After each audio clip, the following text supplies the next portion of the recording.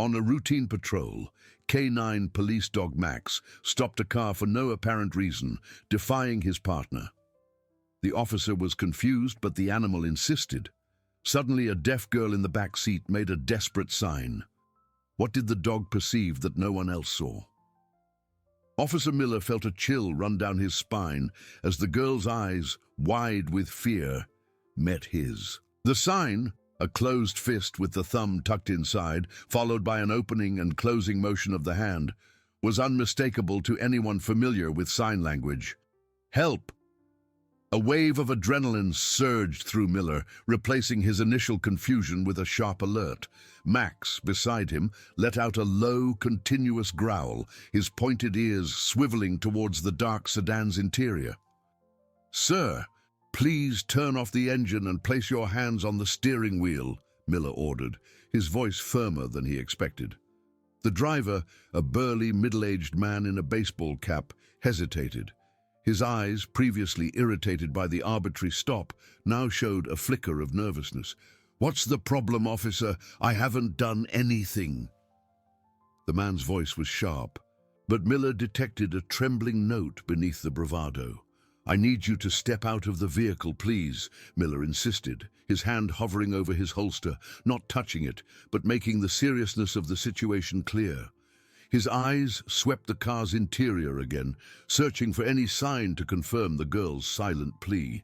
She, whom Miller internally already called Sophia, was still huddled in the back seat, the image of her sign etched into the officer's mind.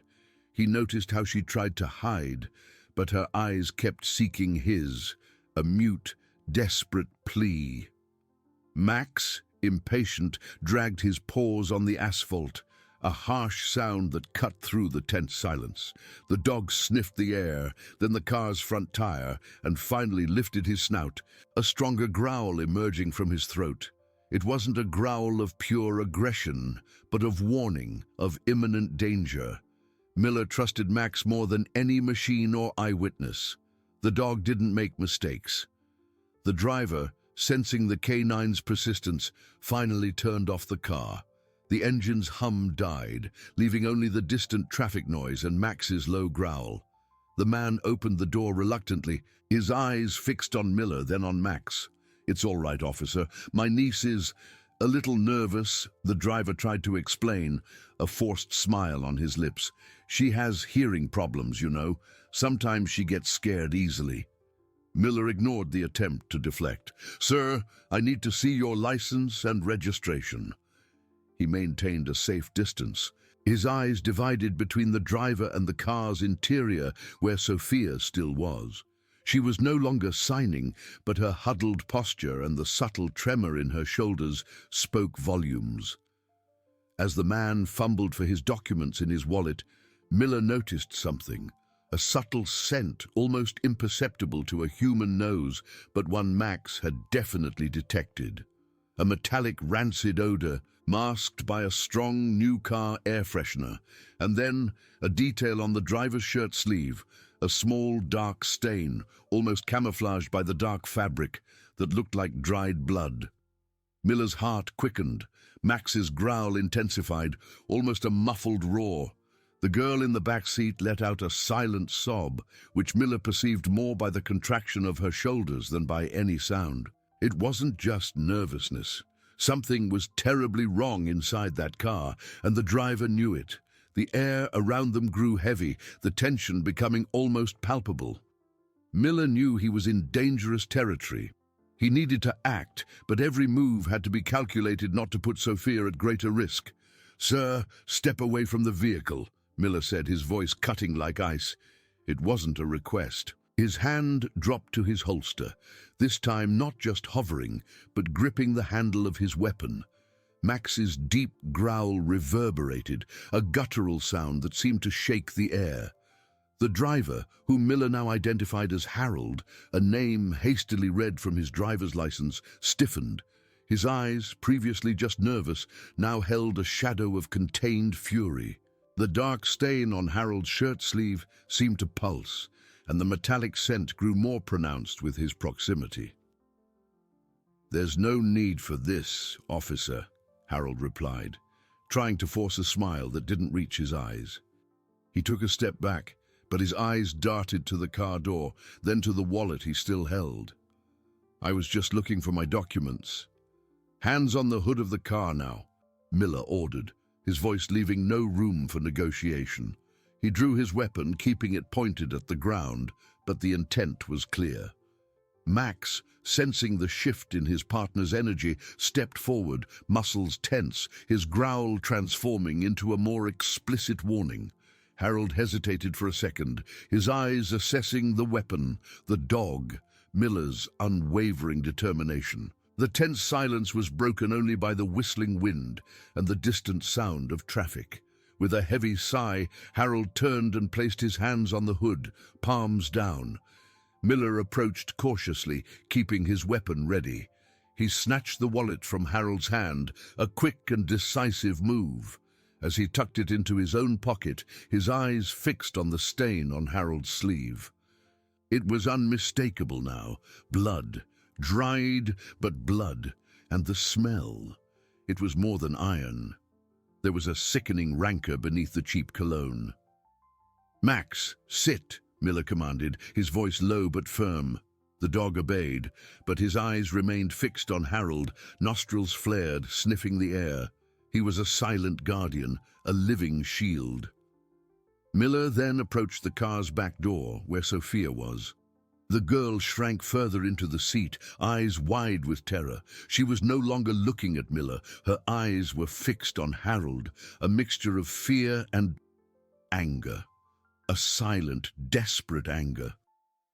Miller lowered his weapon slightly and looked at Sophia.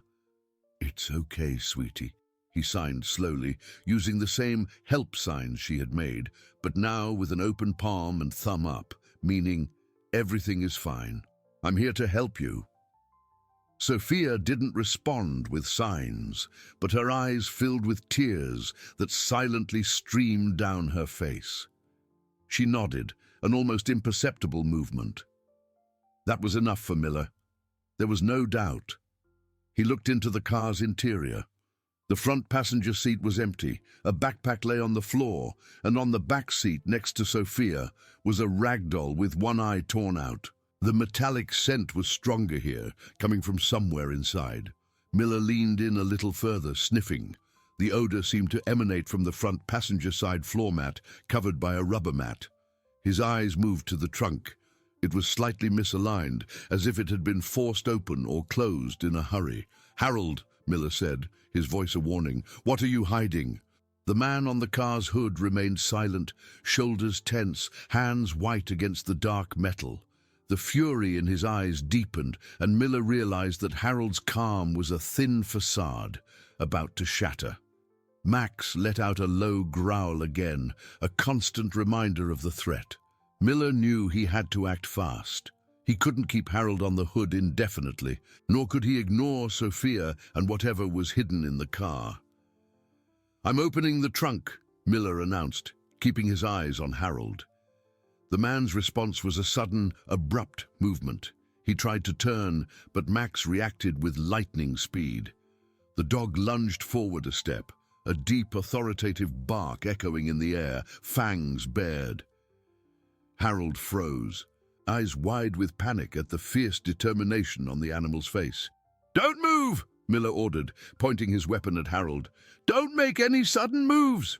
You're already in trouble! Don't make it worse!" The tension was so dense Miller could almost feel it in his throat. He knew the next step was critical.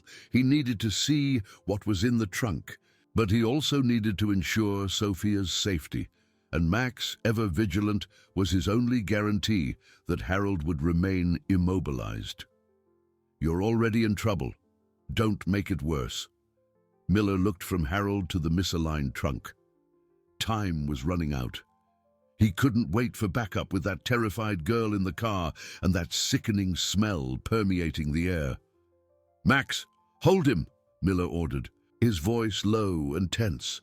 The dog let out a confirming growl, eyes fixed on Harold, who was glued to the hood, fury and desperation mingling on his face. Miller, keeping his weapon firmly aimed, took a lateral step towards the rear of the vehicle. Every muscle in his body was tense. He crouched slightly, extending his free hand to the trunk's seam. The metal was cold beneath his fingers. A dry click resonated as the latch gave way. The trunk sprang open with a metallic screech, revealing a dark, opaque interior. The smell, previously subtle, now exploded, a nauseating blow of putrefaction and iron that made Miller's stomach churn. It was unmistakable, the smell of death, his eyes fixed on what lay inside. A large, dark canvas bag, rolled and tied with coarse rope, occupied most of the space. The shape was irregular, but undeniably suggested something human, something large and heavy. A dark, viscous liquid had leaked from one end of the bag, forming a sticky puddle on the trunk's carpet. And on top of the bag, tossed unceremoniously, was a small child's boot covered in dried mud. The air seemed to be sucked from Miller's lungs. An icy chill ran down his spine, more intense than any fear he had ever felt. It wasn't just a smell, it wasn't just a stain, it was real, it was horrific. A muffled sound of surprise escaped Harold's lips, and he spun around abruptly, his eyes wide, fixed on the open trunk. Pure panic seized his expression. "No!" he screamed, a desperate roar that echoed down the silent street. Max reacted instantly. With a fierce bark that tore through the air, the K9 lunged, his fangs closing on Harold's thigh. The man let out a cry of pain, mixed with rage, losing his balance and falling to the ground with a heavy thud. He struggled to get up, but Max kept him immobilized, growling and pulling, ensuring the man couldn't move. Miller, reeling from the scene in the trunk, took a second to process the struggle. He shook his head, forcing himself to focus. The weapon in his hand felt like it weighed a ton. He aimed it at Harold, who was now groaning and trying to push Max away. "Stop! Don't move!" Miller yelled, his voice thick with adrenaline and nausea. "Max, release!" The dog obeyed, stepping back but maintaining his threatening posture. Harold, seizing the pause, tried to crawl away, his frantic eyes searching for an escape route. Miller didn't hesitate. He moved forward, kicking Harold's arm away from his body, and with a swift motion used his radio. "Dispatch, I have a critical situation. I need backup and an emergency unit at my location now. Suspected homicide. Assailant detained, but violent." Dispatch's voice responded almost immediately, full of urgency. "Officer Miller, what's your exact location? Repeat the situation." Miller recited the address, his eyes fixed on Harold, who was now prone on the ground, breathing heavily, his face contorted with hatred and fear. Max positioned himself over him, a relentless guardian, ready to attack again if there was any sign of resistance. Miller's gaze shifted to Sophia. The girl was motionless in the back seat, eyes wide with horror.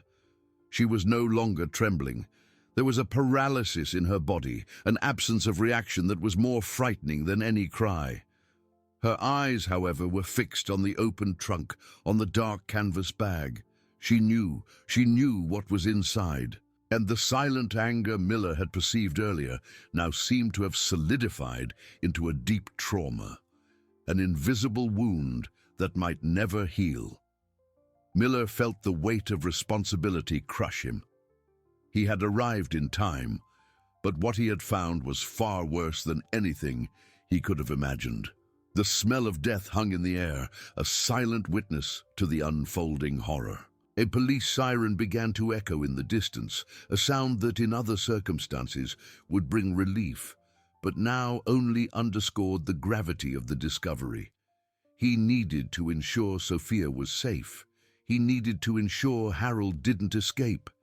And he needed to confront what was in the trunk, the consequences of a routine stop that had turned into a nightmare. Max, beside him, let out a low growl, a constant reminder that the danger, though contained, was still present. The arrival of backup would only be the beginning.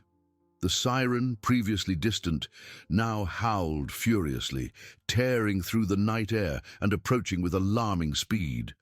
Blue and red lights began to flash in Harold's rearview mirror, illuminating the unfolding horror.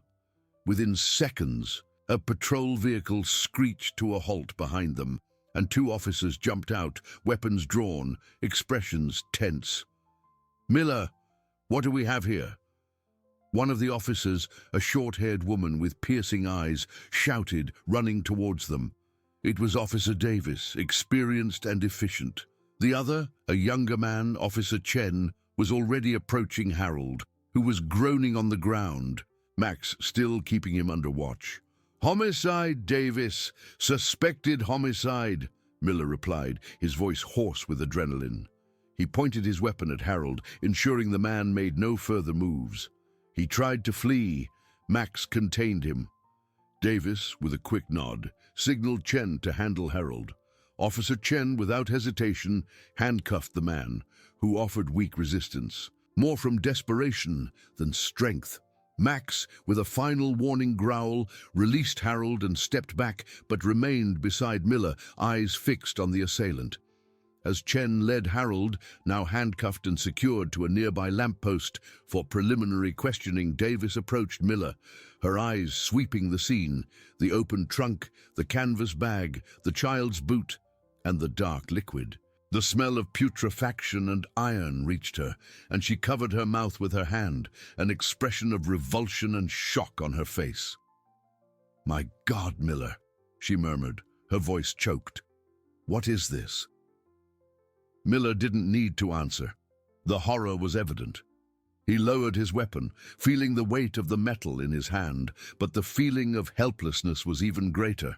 His eyes turned to Sophia, who was still huddled in the back seat, eyes fixed on the trunk, a statue of terror. "Davis, take care of the girl," Miller requested, his voice softer but laden with urgency. "She's deaf. She gave the distress signal." Davis nodded, holstered her weapon and approached the car carefully. She opened the back door, her eyes conveying immediate compassion. "Hello, sweetie," she signed slowly, using the same "everything is fine" signs Miller had used, with an open palm and thumb up. "I'm Officer Davis. You're safe now." Sophia didn't react. Her eyes didn't move from the trunk. There was a fixation there, a silent trauma that seemed to have robbed her of any capacity for response. Miller, feeling the knot in his throat tighten, approached the trunk. The siren lights flashed over the canvas bag, revealing the coarse texture of the rope and the dark stains spreading. He knew he couldn't move anything, that it was a meticulous crime scene, but the urgency to identify what was there, to give a name to the horror, was overwhelming. Max, sensing his partner's anguish, nudged Miller's hand with his snout, a silent reminder of his presence and support. Miller stroked the dog's head, seeking a fragment of normalcy in the chaos. "We need forensics now," Miller told Davis, who was unsuccessfully trying to get Sophia out of the car. "And we need an ambulance for the girl. She's in shock." Davis finally managed to get Sophia to turn, but the girl was rigid, her eyes still wide. Her breath caught in her throat. She no longer cried. She just watched, as if the world had become a frozen nightmare image. The sound of more sirens approached, indicating the arrival of the investigation team and paramedics. The street, previously silent, now buzzed with the arrival of more police cars and the promise of an investigation that would shake the community. Miller looked at the bag in the trunk again. The child's boot, tossed with such indifference, was a punch to the gut. It wasn't just a victim there, it was a child. The thought hit him with brutal force. He remembered the rag doll with the torn-out eye in the back seat, the backpack on the floor. Pieces of a macabre puzzle began to fall into place, revealing a story of unimaginable cruelty and loss. The arrival of paramedics brought new energy to the scene. They moved quickly to attend to Sophia, while other detectives began to cordon off the area and document every detail. Miller's sergeant, Sergeant Thompson, arrived, his face a mask of seriousness upon seeing the scene. He approached Miller, his eyes stopping at the trunk. "Miller, Thompson said, his voice low but firm. "You did a good job, a very good job." He felt the weight of a world of pain. He had stopped the car, yes, but the evil had already been done. The small child's boot was silent proof of a life cut short, and Sophia's paralysis was the testimony of a wounded soul. Max, beside him, let out an almost imperceptible growl, as if agreeing with the gravity of the situation. The night was just beginning, and the shadows of that discovery would stretch long. Sergeant Thompson placed a heavy hand on Miller's shoulder, the firm touch conveying a mixture of recognition and the gravity of the situation. "You did a good job, Miller," he repeated, his voice grave. But the words felt hollow. Miller felt a pit in his stomach, a nausea that wouldn't pass. The good job meant he had found the horror, not that he had prevented it. The small child's boot in the trunk was a mute echo of a life he couldn't save. The paramedics were already beside Sophia, their calm, professional voices trying to break through the wall of shock that enveloped her. Davis gestured slowly, explaining the situation, but the girl's eyes remained fixed on the trunk as if the image were etched onto her retina. She didn't blink, didn't cry. She only breathed in small, shallow gasps, a broken doll. One of the paramedics gently tried to wrap her in a thermal blanket, but she remained rigid, her muscles tense. "She's in severe shock," the paramedic informed Davis, his voice low. "We need to take her to the hospital for psychological and physical evaluation. She's unresponsive." Miller heard the words, each one a hammer blow to his head. He wanted to go to her, hold her, promise her everything would be okay, but he knew he couldn't.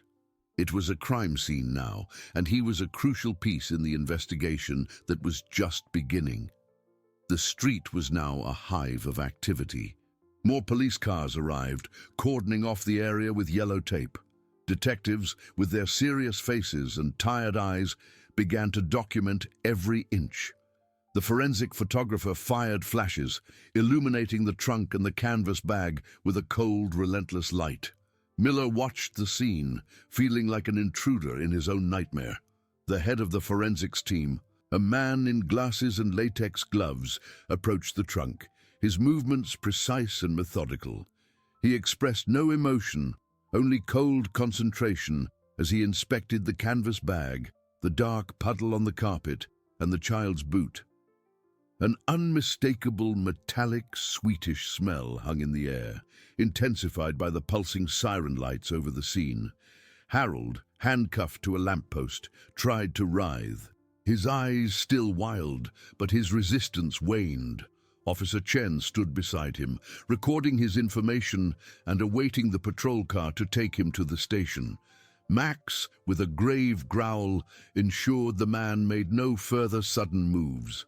The K9, though calm now, maintained unwavering vigilance. "Miller, I need a detailed preliminary report," Thompson said, pulling out a notepad. "From the moment you stopped the vehicle, every detail." Miller nodded, trying to organize the thoughts in his mind. Adrenaline still coursed through his veins, but a deep exhaustion began to set in. He started to narrate.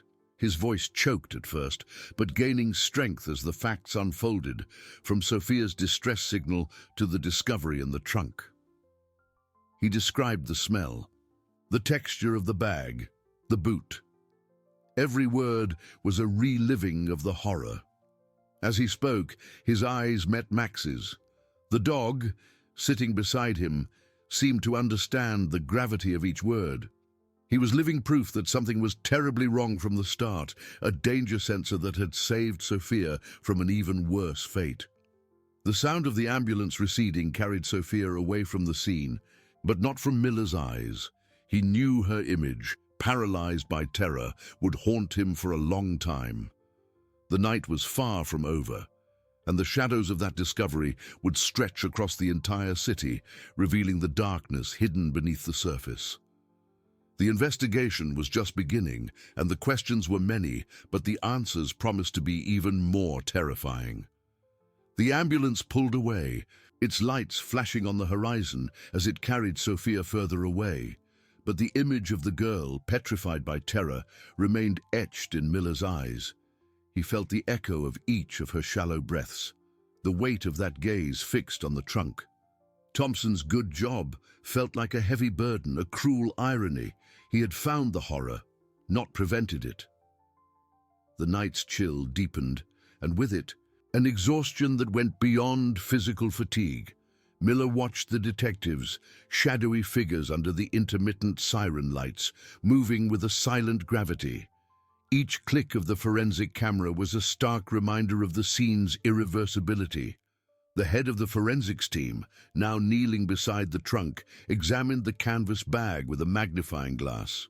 His movements as precise as surgical, devoid of any visible emotion. The dark puddle on the car's carpet and the small child's boot were the center of an investigation that promised to be long and painful. Harold, handcuffed to the lamppost, no longer offered resistance.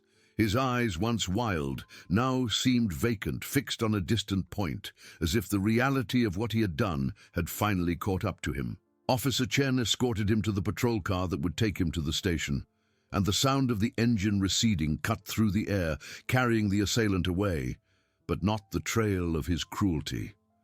Max, with a final grave growl, watched Harold's departure, his tense body relaxing only when the car disappeared into the darkness. The K9 leaned against Miller's leg, a silent comfort amidst the chaos. "Miller, you need to head to the station after the scene is processed," Thompson said, his voice breaking through Miller's stupor. "We need your full statement, from start to finish, and Max will also need to be evaluated." Miller nodded, his throat dry. He knew the paperwork and interrogations would only be the beginning. The story of that night was just beginning to unfold, and every detail, every silence from Sophia, every growl from Max would be crucial. He felt the metallic, sweetish smell hanging in the air, a constant reminder of death. That odor mingled with the scent of burnt rubber and wet asphalt, creating a nauseating symphony that seemed to permeate his clothes, his skin, his soul. Davis approached, her face pale and eyes watery. "They're taking Sophia to St. Jude Hospital," she informed him, her voice choked. "She hasn't said a word, hasn't made a sign. She just kept looking at the trunk." "My God, Miller, what did that man do to her?" Miller had no words. The question hung in the air, heavy and unanswered. What was a monster capable of doing to a child? He remembered the rag doll with the torn-out eye, the backpack on the car floor. They were crumbs on a trail of pain. The street was now completely cordoned off. Curious onlookers began to gather in the distance, drawn by the flashing lights and the gravity of the scene. The hum of muffled conversations and the crackle of police radios were the only sounds that broke the respectful silence that had settled over the crime scene. Miller looked at Max. The dog, sensing the weight of his partner's gaze, nudged his hand again with his snout, a reminder that he wasn't alone. Max had been the first to know, the first to sense the invisible evil. He had been Miller's moral compass, the beacon in the darkness. The night would drag on. The investigation would be meticulous, exhaustive. There would be headlines, interrogations, a trial. But for Miller, the real battle had already been fought and lost. A life had been cut short, and a girl had been robbed of her innocence. The small child's boot in the trunk, now carefully photographed and catalogued as evidence, would be a ghost that would haunt him for a long time, a silent symbol of the evil Max had sniffed out and that he, Miller, had uncovered. The city would awaken to a nightmare, and the weight of that revelation would fall upon everyone. The city awoke to a cold, grey light, oblivious to the horror unfolding under the intermittent sirens. Dawn brought no warmth, only a brutal clarity that revealed every particle of dust suspended in the air and every grim detail of the scene. Miller felt the pre-dawn chill penetrate his bones, an exhaustion that went beyond the physical.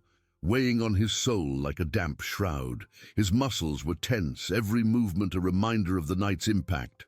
The detectives and forensics team, previously indistinct figures in the shadows, now moved with almost robotic precision under the pale light. The head of forensics, still kneeling, used small tweezers to collect samples from the trunk's carpet, each fragment carefully placed into transparent evidence bags. The click of the forensic camera continued, a mechanical, dispassionate sound that seemed to record not only the crime scene, but also the irreparable shattering of that night's peace. The metallic, sweetish smell, mingled with the odor of rubber and asphalt, persisted, permeating the air and Miller's clothes. He knew he would carry it with him, an indelible olfactory memory. Max, sitting firmly beside him, let out a deep sigh, air escaping his lungs with an almost human sound. The dog seemed to sense the weight of the atmosphere, his body relaxed, but his eyes still alert, observing the movement around them. "Miller, the patrol car is already en route to take Harold to Central Precinct," Thompson said, his voice a little softer but still laden with urgency. "He hasn't spoken a word since he was handcuffed. We'll need everything you have to start building the case." He knew the legal battle would be as long and exhaustive as the initial discovery. Thompson approached, offering him a bottle of water and a sandwich wrapped in aluminum foil. "You need to eat something and hydrate. It's going to be a long day." Miller took the bottle, the cold water a relief for his parched throat. He didn't feel hungry, but he knew he needed to keep his strength up. Davis's eyes met his, and she approached, her face still pale, but with growing determination. "I just spoke with St. Jude," Davis informed him, her voice low and tense. "Sophia is physically stable, but still in deep shock. Doctors say she's unresponsive to stimuli. They'll have a team of child psychologists evaluate her as soon as possible." The news pierced Miller. The image of Sophia, paralyzed and mute, was an even greater burden than the child's boot. He had hoped that once away from the monster, she would begin to open up, to speak. But a child's mind was fragile, and trauma, a silent and relentless enemy. "We need you at the precinct as soon as you can, Miller," Thompson reiterated. "Your statement is the centerpiece, and Max too. A vet will be there to evaluate him, to ensure he's not stressed or injured." Miller looked at Max. The dog, as if understanding every word, nudged Miller's hand with his snout, a silent gesture of support. There was no stress in Max, only a deep sadness that mirrored his partner's. The K9 had done his job, alerted to the danger, but the cost had been immense. The street, now completely cordoned off, began to attract a small crowd of curious onlookers. Their serious faces and curious gazes mingled. The hum of muffled conversations, the crackle of police radios, and the persistent click of the forensic camera were the only sounds that broke the respectful silence that had settled over the crime scene. Miller felt the need to act, to channel his anguish into something productive. He took a deep breath, trying to organize the torrent of thoughts in his mind. "Sergeant, I'm ready to give my statement," he said, his voice hoarse but firm. "I'll start from the moment we saw the car, every detail, every sign." Thompson nodded, a look of recognition in his eyes. "Good. Let's head to the patrol car. You can start there." As Miller headed for the patrol car, Max following closely, he felt the weight of responsibility. The investigation was just beginning, and the horror Max had sniffed out was just the tip of an iceberg of darkness. The child's boot, now sealed in an evidence bag, seemed to whisper the promise of an even more devastating truth that would reveal itself with each step of that long and painful process. Miller opened the patrol car's back door, the back seat strangely silent without the assailant. Max jumped in with an agile movement, settling into the cramped space with a sigh that resonated in the small compartment. Miller sat in the front beside Thompson, the sergeant's pen hovering over a notepad, ready to record every word. The air inside the car was a little warmer than the biting cold of the pre-dawn outside, but the sense of isolation was palpable. "Start from the beginning, Miller," Thompson instructed, his voice grave and professional. "From the moment you noticed Harold's vehicle, every detail, no matter how small." Miller took a deep breath, the persistent smell of metal and decay still clinging to his nostrils, a constant reminder of what he had found. He closed his eyes for an instant, trying to organize the torrent of memories, separating the raw facts from the whirlwind of emotions. The image of Sophia, her eyes fixed and the absence of sound, was the first thing that came to mind. "We were on routine patrol on Elm Street," he began, his voice sounding strange in his own ears, a little hoarse with exhaustion. Max was agitated. He stopped Harold's car abruptly, without warning. Miller paused, the sound of his own voice echoing in the car. It was Max. He sensed something. "And the young passenger?" Thompson asked. "Sophia," Miller corrected, the girl's name a whisper. She made a sign, a silent distress signal, her hand against the window. It was unmistakable. He felt a knot in his throat as he remembered that moment, the desperate urgency in those eyes. "I knew something was wrong. The driver, Harold, tried to deceive me, but Max was unyielding." He continued, detailing the escalating tension, Harold's refusal to cooperate, Max's insistence around the trunk. Every word was a weight, a painful reliving. He described the search, the key, the moment the trunk opened, revealing the canvas bag. "The smell," Miller said, his voice almost inaudible. "It was the smell that hit us first. A sweetish, metallic smell. And then the bag. And the boot." Thompson stopped writing, raising his eyes to Miller. There was no judgment in his gaze, only a grim understanding. "Did you open the bag?" Miller shook his head. "No, I didn't need to. The boot. It was too small. And the puddle on the carpet, I knew. Max knew." He started to growl, a deep sound, almost a lament. He recounted Davis's arrival, the confirmation of the terror, Sophia's removal. The description was clinical, but the pain behind the words was palpable. He avoided graphic details, focusing on the reaction, on the atmosphere of horror solidifying around them. The click of the forensic camera, the muffled hum of curious onlookers' conversations, the crackle of police radios, all these sounds mingled with his narrative, creating a soundtrack of despair. Max, in the back seat, was motionless, but the dog's snout was resting on Miller's shoulder, a silent comfort, a reminder that he wasn't alone in that darkness. The dog seemed to hear every word, every pregnant pause, as if reliving the scene alongside his partner. "Harold offered no resistance after that," Miller continued. "He just deflated, as if the discovery had drained all life from him." The statement proceeded, each of Thompson's questions pulling another fragment from the night.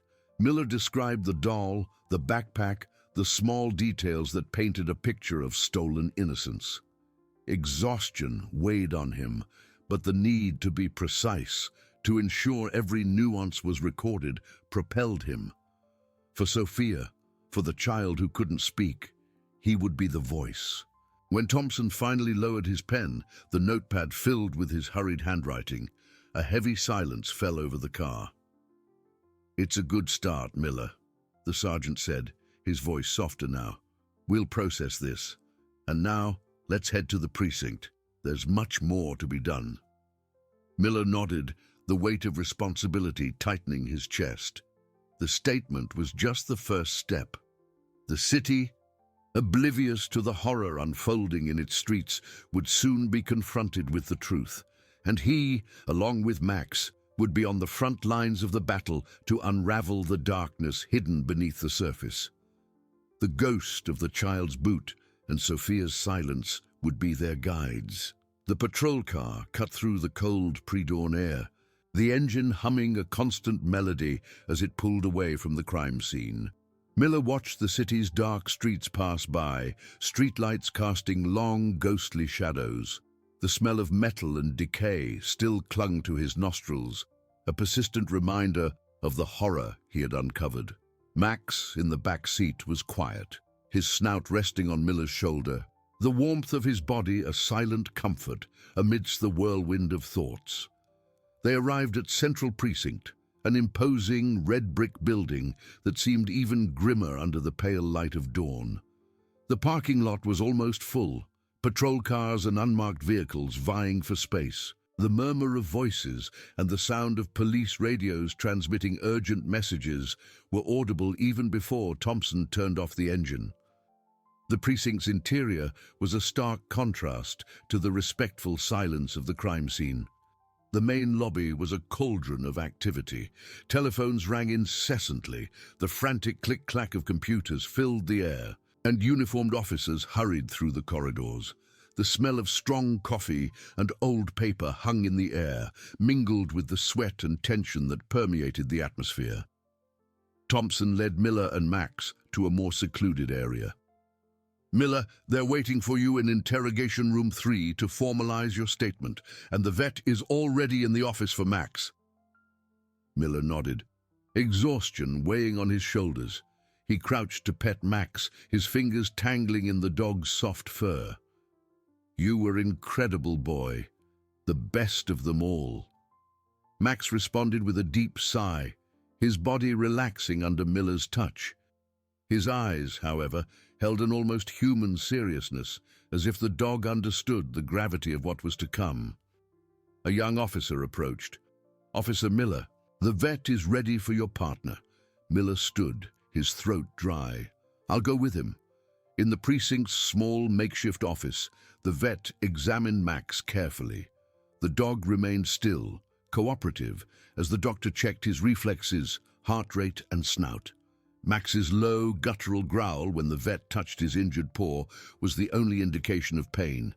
"He's physically fine, Officer Miller," the vet said, jotting something down on a clipboard. "The cut on his paw is superficial. I'll clean and bandage it. But emotionally, he's a little more alert than usual. Canine dogs are resilient, but they feel the stress of their partners and traumatic situations." Miller felt a pang in his chest. Max had detected the danger, faced the violence, and now carried the weight of that day. "He's strong," Miller murmured, watching the vet bandage Max's paw. "He always has been." As the vet finished, Davis appeared at the office door, her face still pale, but her eyes fixed and determined. "Miller, I just spoke with St. Jude again. Sophia still isn't speaking. The psychologists will start working with her today. It's a long process, they said." The news pierced Miller, but it didn't surprise him. The image of Sophia, paralyzed and mute, was a persistent burden. He felt helpless in the face of that silence. "And Harold?" Miller asked, his voice rough. Davis shook her head. "He's being interrogated, but he's not cooperating.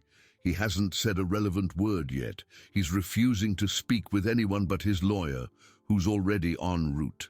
Harold's silence was as disturbing as Sophia's. One was the silence of trauma, the other of denial and calculated resistance. "We need you, Miller," Davis continued. "Your initial statement is crucial, and you're the key piece to understanding the sequence of events. Thompson is already waiting." Miller felt a surge of adrenaline mixed with overwhelming exhaustion. He looked at Max, who was now standing, his paw bandaged but his gaze firm. "Let's go, boy," Miller said, his voice hoarse. "We have a long day ahead for Sophia." As they left the office, the sounds of life at the precinct, telephones ringing, hurried voices, crackling radios, seemed to intensify.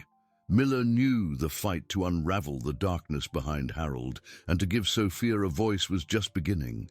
The child's boot and the girl's silent gaze would be the driving force behind every step of that painful and exhaustive process. He breathed deeply, the smell of coffee and tension filling his lungs, and prepared to enter the interrogation room. where every word would be a brick in the construction of the case against the evil Max had sniffed out. Miller pushed open the door to interrogation room 3, a metallic creak echoing down the hallway. The interior was sterile and oppressive. A rectangular metal table dominated the center, flanked by hard chairs. The walls were a monotonous grey, windowless, and a security camera in the upper corner silently observed. The air was heavy, with a faint smell of disinfectant and old paper. A detective, whom Miller recognized as Detective Reynolds, sat at the table, a digital recorder already on and a notepad before him. His eyes, tired but keen, met Miller's. "Officer Miller," Reynolds greeted, his voice grave and emotionless. "Please sit. We're recording now." Miller pulled a chair, the metal scraping on the floor, and sat down. The silence that followed was filled only by the almost imperceptible hum of the recorder. He felt the weight of that moment. Every word he was about to utter would be examined, dissected, used as evidence. For Sophia, he needed to be impeccable. "Start from the beginning, officer," Reynolds instructed, his pen hovering over the paper. "From the moment you and your partner Max began your patrol. Every detail, please." Miller took a deep breath, trying to push away the exhaustion that threatened to cloud his thoughts. The smell of metal and decay, though absent from the room, persisted in his olfactory memory. He began the narrative again, his voice a little firmer now, but still hoarse. He described Max's unusual agitation, the abrupt stop of Harold's vehicle, the officer's initial hesitation, and then the sign. "Her hand against the window," Miller said, the image vivid in his mind. "A help, unmistakable." He felt a knot in his throat, the desperate urgency in Sophia's eyes piercing him once more. He detailed Harold's refusal to cooperate, Max's insistence, the dog's low, deep growl that warned of invisible danger. Reynolds wrote continuously, his eyes fixed on Miller. There were no interruptions, just the soft sound of the pen scratching paper and the constant hum of the recorder. Miller described the search, the key, the moment the trunk opened. He avoided a visual description of the contents, focusing on the reaction, the atmosphere, the smell. "The smell," he repeated, his voice almost a whisper, sweetish and metallic. And then the canvas bag and the boot, too small. Reynolds stopped writing, looking up. "Did you open the bag, officer?" "No." Miller shook his head. "It wasn't necessary. The boot, the puddle on the carpet."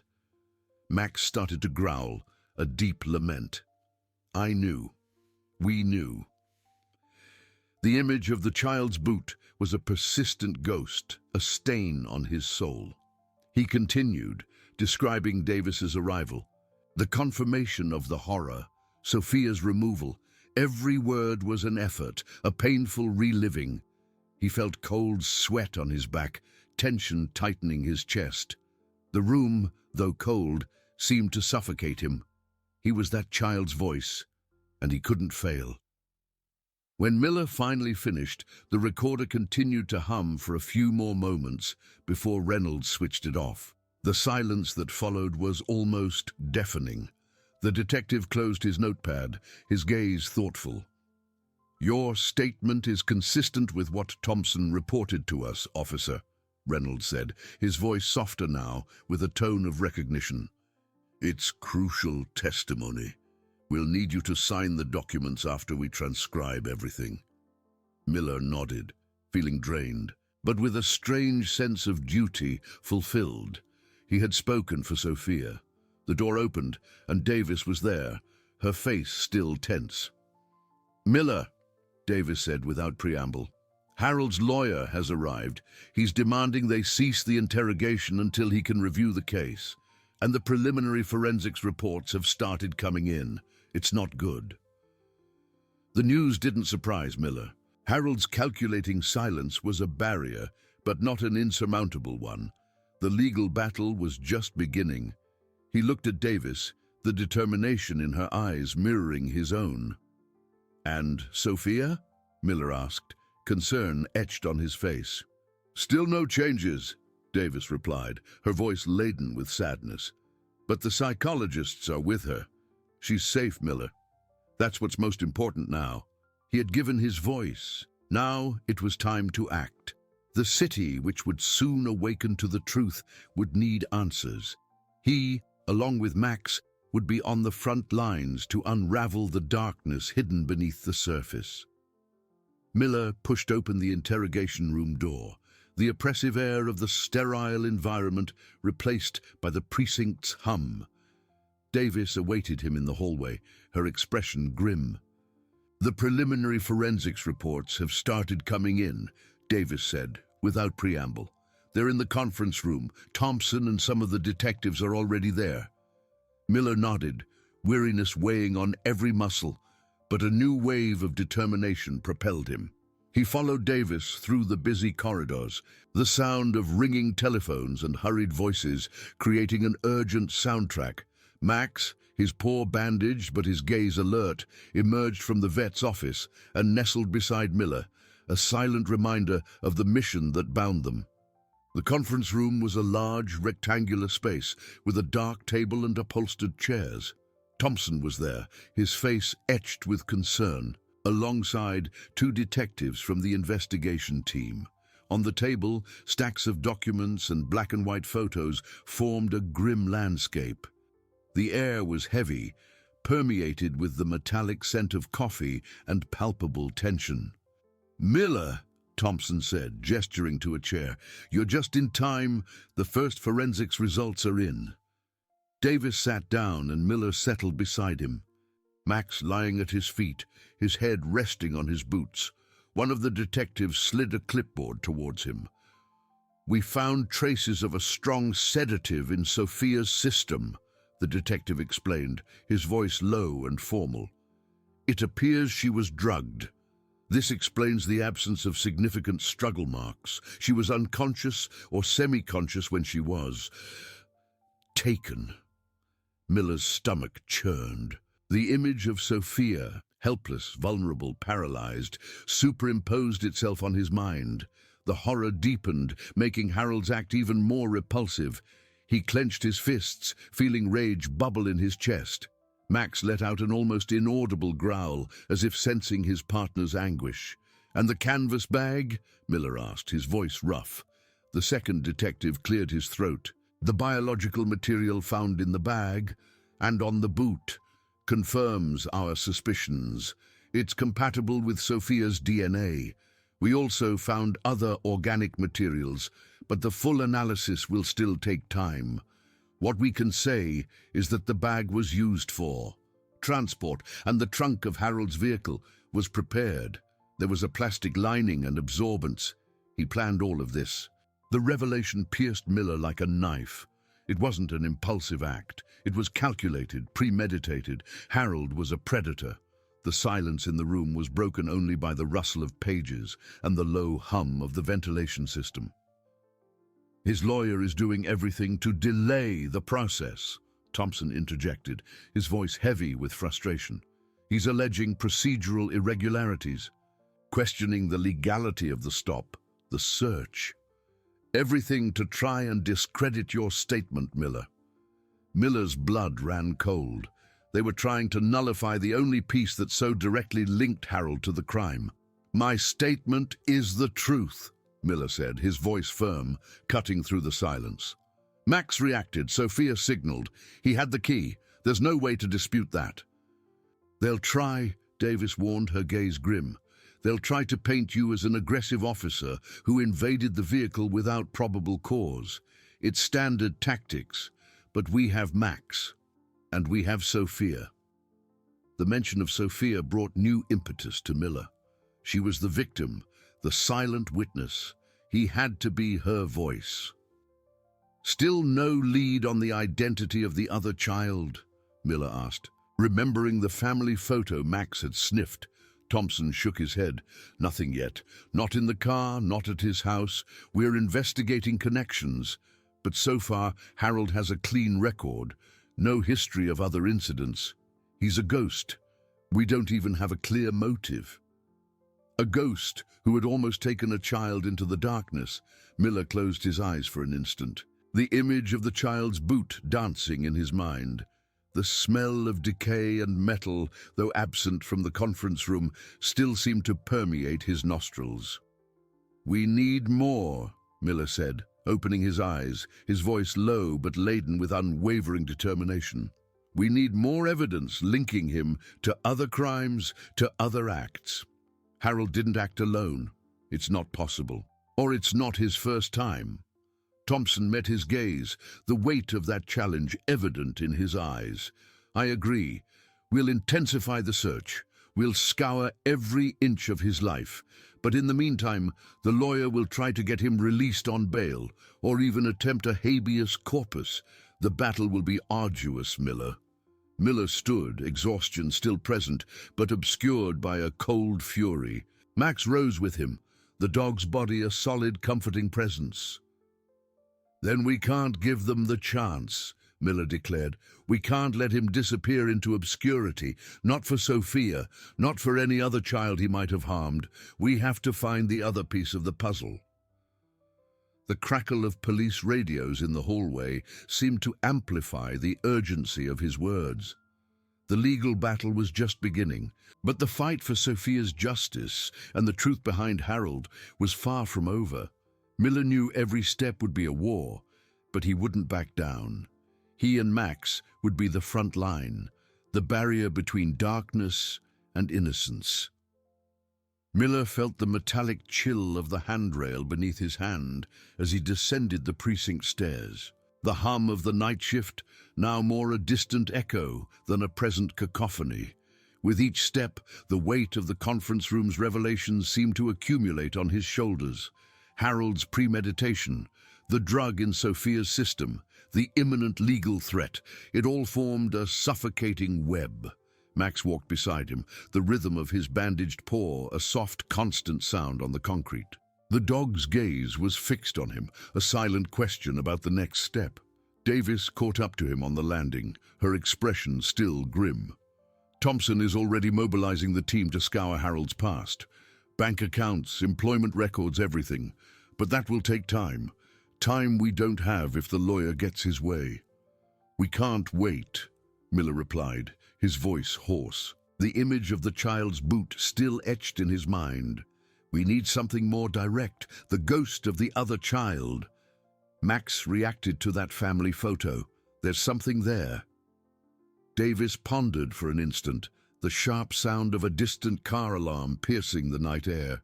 Harold's house has already been turned inside out by forensics, every inch, but maybe a fresh pair of eyes and a very good nose can see something forensic science wasn't looking for. The idea sparked something in Miller. The photo. Where is the photo? "In the evidence lab," Davis indicated, "along with other personal items. They were digitizing everything. It's a long queue, but I can expedite the process for you." Within minutes, Miller and Max were in the evidence lab, a sterile space smelling of disinfectant and chemicals. Labeled boxes stacked on shelves, each containing fragments of interrupted lives or committed crimes. A lab technician, safety goggles pushed onto her forehead, pointed to a table. "Officer Miller, Detective Davis, your request has been prioritized. Harold's box is here, the photo has been digitized, but the original is in this envelope." Miller took the envelope with steady hands. Inside, protected by plastic, was the framed photo Max had sniffed. It was a simple image, a younger Harold, smiling forcedly beside a woman and two children, a girl and a boy, the same girl Max had indicated. "Max," Miller whispered, crouching beside the dog. "Remember this?" The dog's low, guttural growl confirmed it. Max tilted his snout towards the photo, his wet nose almost touching the plastic surface. He sniffed intently, his golden eyes fixed on the image. A peculiar scent, almost imperceptible to the human nose, but unmistakable to Max, emanated from the photo.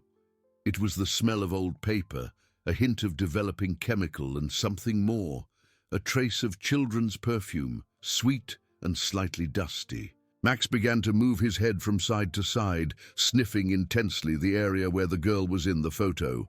Then he stopped. His gaze rose, fixing on Miller's eyes, laden with an urgency Miller recognized. The dog let out a short, sharp bark, a vibration in the lab's stillness. "What is it, boy?" Miller asked, his voice low. He looked at the photo again, trying to see what Max saw. The girl in the photo had light brown hair, large eyes, and a shy smile. She held a worn teddy bear. Miller ran his fingers over the image, feeling the paper's texture. Nothing.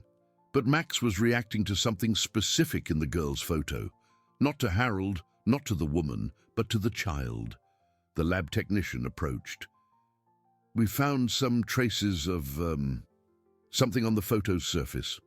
A fine dust. We're analyzing it, but it appears to be pollen and soil residue." Pollen, soil. Miller's mind reeled. Harold wasn't a gardener. His house was sterile, almost lifeless.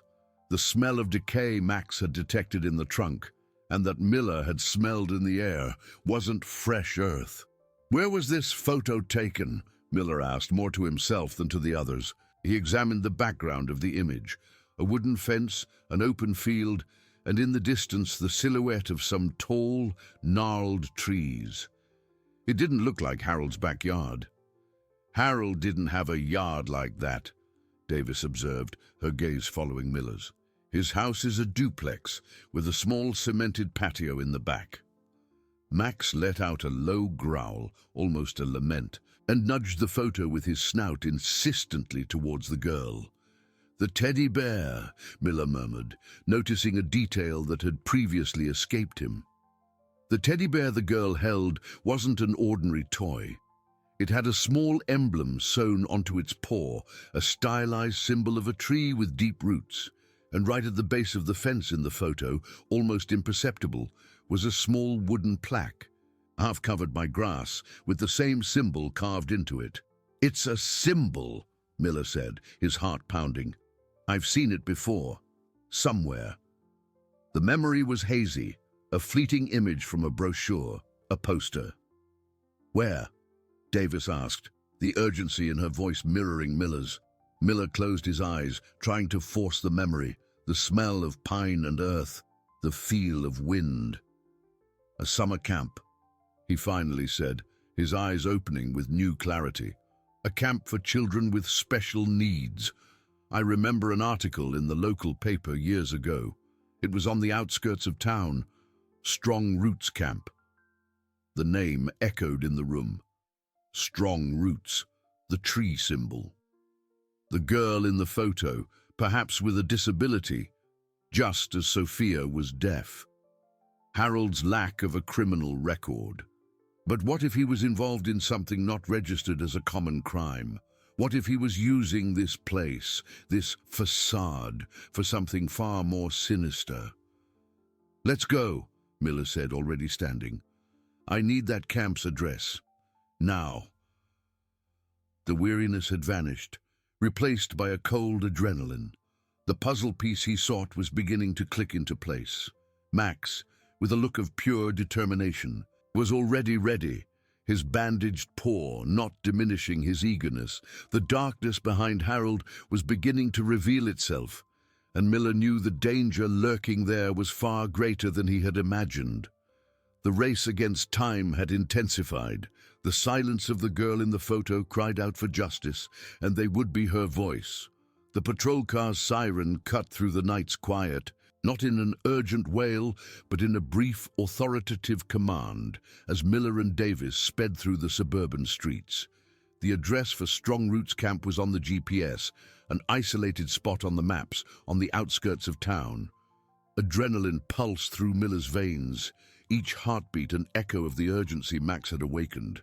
The dog was in the back seat, his gaze fixed on the rearview mirror, his breathing heavy but steady. The bandaged paw didn't hinder him, his determination was palpable. "The camp was founded about 20 years ago," Davis informed him, her eyes on the road but her voice laden with concern. "It was for children with disabilities. Apparently, it closed about 5 years ago due to financial problems. Since then, it's been abandoned. No one ever showed interest in buying it. Abandoned. The word sent an icy shiver down his spine. A place once filled with children's laughter and dreams, now an echo of silence and dust. The contrast was unsettling. As they drove away from the city lights, the paved road gave way to a dirt track. Dust rose in clouds behind the patrol car, and the headlights cut through the deepening darkness. Tall, gnarled trees formed an impenetrable barrier, their skeletal silhouettes against the starless sky. The smell of damp pine and wet earth filled the air, mingling with the metallic aroma of recent rain. "This is it," Davis murmured, slowing down. The wooden sign, weathered by time, was almost swallowed by the creeping vegetation. The symbol of the tree with deep roots, once vibrant, was now just a pale outline. The rusty iron gate stood ajar, creaking softly in the wind. Miller stepped out of the patrol car, gravel crunching under his boots. The silence that followed was heavy, punctuated only by the distant hoot of an owl and the rustle of leaves. Max leaped from the back seat, his injured paw touching the ground with a slight limp. But his golden eyes gleamed in the darkness, fixed on the trail stretching ahead. "Stay alert," Miller told Davis, unhooking his flashlight from his belt and switching it on. The beam of light danced along the overgrown trail, revealing what looked like the skeletons of small wooden cabins in the distance. Max didn't wait. With a low growl, he pulled on his leash, his snout to the ground, sniffing intently. The scent he had detected in the photo, the children's perfume, the pollen, the soil, was now stronger, permeating the stagnant air of the camp. He wasn't just tracking a smell, he was following a story. They followed Max along a narrow, winding trail. The vegetation had taken over, branches scratching their jackets, invisible spiderwebs brushing their faces. The flashlight beam revealed forgotten toys, now dirty and broken. A wheelless toy car, a headless doll, a swing with rusted chains that creaked at the slightest breeze. Each object was a ghostly reminder of the children who had once been there. Max stopped abruptly before a larger cabin, what appeared to be the main building or mess hall. The windows were broken, shards of glass scattered across the floor. The wooden door stood ajar, hanging by a single hinge, swaying with a mournful groan. A pungent, sweetish, almost cloying smell emanated from within. It wasn't the smell of decomposition Miller had associated with Harold's trunk, but something more subtle, more sinister, a scent of chemicals mixed with children's perfume, as if time had stopped there, preserving a macabre scene. Miller and Davis entered cautiously, their flashlights sweeping the interior. The floor was covered in a thick layer of dust and debris. Overturned tables and chairs lay like skeletons of an interrupted banquet. But what caught Miller's attention was an area in the corner where a makeshift wooden partition seemed to have been erected. Max let out a sharp bark, propelling himself towards the partition. He scratched at the wood with his paw, his urgency undeniable. Miller felt a chill run down his spine. "There's something here," he whispered. Together, they pushed aside the partition, revealing a small, hidden room. The air there was even denser, the smell stronger. Miller's flashlight beam revealed a makeshift workbench with empty vials, discarded syringes, and a small camping stove. But what made Miller's stomach churn was what was on the wall, a children's mural, with drawings of trees and flowers, and in the center, the same girl from Harold's photo, smiling shyly. And below the mural, in a dark corner, was a pile, not of toys, but of children's shoes. Small, colorful, some worn, others almost new. And on top of the pile, dusty but unmistakable, was a child's boot, identical to the one Max had sniffed in Harold's car. Miller's blood ran cold. The smell of decay and metal, he now understood, wasn't from a decomposing body, but from the chemicals used to disguise, to erase traces. Harold wasn't just kidnapping children. He was using this camp, this place of innocence, for something unspeakable. Max let out a lament, his sound broken and full of pain. He wasn't just reacting to the smell, he was mourning the lives that had passed through there. "My God," Davis whispered, her voice hoarse with horror. "He was drugging them here, keeping them here. What did he do to them?" Miller didn't answer. His eyes were fixed on the boot, the image of Sophia in his car, the silent distress signal, the terror in her eyes. The other child from the photo, and perhaps many others. The darkness behind Harold was an abyss, and they had just reached its edge. The camp wasn't a place of abandonment, but a graveyard of hopes, a setting for crimes that defied comprehension. And the discovery that this was a place of preparation, of waiting, meant that the victims could be anywhere. The race against time had become a race against hell itself. The pile of children's shoes, a mosaic of colors and sizes in the gloom, was a silent monument to horror. Miller felt the ground give way beneath his feet, a knot tightening in his throat. They weren't just forgotten shoes, they were remnants of interrupted lives, a macabre collection that spoke of systematic suffering. The boot, identical to Harold's at the top, was the monster's cold signature. Max let out a lament that cut through the air, a broken sound, full of a pain that echoed Miller's own despair. The dog scratched at the makeshift workbench, his snout sniffing with contained fury, his golden eyes fixed on something Miller still didn't perceive. "My God," Davis whispered again, her voice almost inaudible. "Keeping them here. What did he do to them?" Miller couldn't form a response. His eyes swept the room, landing on the empty vials, the syringes. That pungent, sweetish smell, he now understood, was the mixture of sedatives and disinfectants, a cocktail to erase memories and disguise the unspeakable. The innocence of the children's mural on the wall, the smiling girl, seemed a cruel mockery. Harold wasn't just kidnapping, he was systematically erasing childhood, transforming that camp of hope into a purgatory. Max, impatient, nudged one of the empty vials with his snout, revealing a crevice. There was something else there, hidden beneath the workbench, behind a loose board. The dog's growl was a command. Miller knelt, the flashlight trembling slightly in his hand. With an effort, he removed the board, revealing a small recess. Inside, there was a dark-covered notebook, worn by the hands that had leafed through it. Miller picked it up, the cover cold and rough beneath his fingers. As he opened it, the flashlight beam revealed meticulous, almost obsessive handwriting. They weren't names, but codes.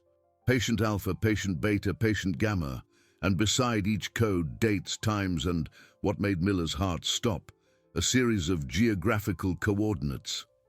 This is a record," Miller murmured, his voice hoarse. "He documented everything." Davis approached, her flashlight beam joining Miller's. "Coordinates? For what?" Miller flipped through the pages. The cabin's silence broken only by the rustle of paper. Each coordinate led to a different point, all on the outskirts of town, in rural, isolated areas. But one date stood out, the most recent, circled in red. 1019, Patient Omega, Cracked Rock Homestead. Today, Patient Omega, Sophia. The name Cracked Rock Homestead wasn't a coordinate, but a location, a place Miller had heard of, an old, isolated property that had belonged to Harold's family for generations, but was rarely visited, a perfect hideout. The air in Miller's chest turned icy. The race against time had intensified to its limit. Harold wasn't just using the camp as a base, he was using it as a laboratory, a staging ground, before moving the children to a final destination. And Sophia was the newest addition to his collection of horrors. Max, sensing the shift in Miller's energy, barked once, an urgent, imperative sound. He knew, he always knew. "Cracked Rock Homestead," Miller repeated, his voice laden with contained fury. He stood abruptly, the notebook in his hands. "We need backup. Now. He's there. And Sophia is too. Davis already had her radio in hand, her voice firm as she transmitted the information. The patrol car's siren, a distant wail, was the only sound Miller wanted to hear. The darkness behind Harold had finally dissipated, revealing an abyss even deeper than he had imagined. The fight was no longer for answers but for lives, and time was running out.